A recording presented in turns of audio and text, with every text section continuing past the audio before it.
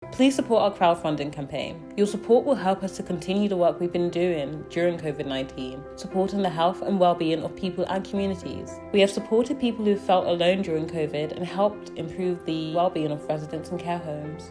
We've encouraged people and volunteers to be creative, to help them through their daily lives by inviting them to knit, weave, crochet or felt rainbow squares at home, creating a giant rainbow quilt. Mae sawl un yn colli anwyliaid.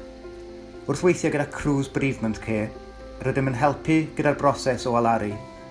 Help us to continue to host cruise bereavement sessions at St Fagans National Museum of History.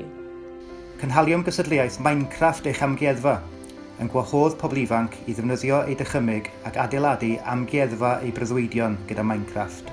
These are only a few examples of our work these past few months. Yn y Gymru a ddaw wedi Covid-19, rydym ni'n awyddus i adeiladu ar y gweithgareddau hyn gyda'ch help chi. Your support will help us do so much more. Pan byddwch yn cyfrannu, rydych chi'n ein helpu ni i wella ein hadnoddau, creu arddangosfeydd newydd, as well as continue our work with communities across Wales to inspire people and change lives. Rydym ni'n credu bod gan pawb yr hawl i gael mynediad at ac ymgysylltu gyda'i diwylliant a'i treftadaeth yn rhad ac am ddim.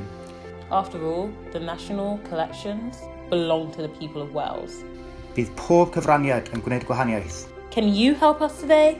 Cyfrannwch nawr. Thank you. Diolch o galon.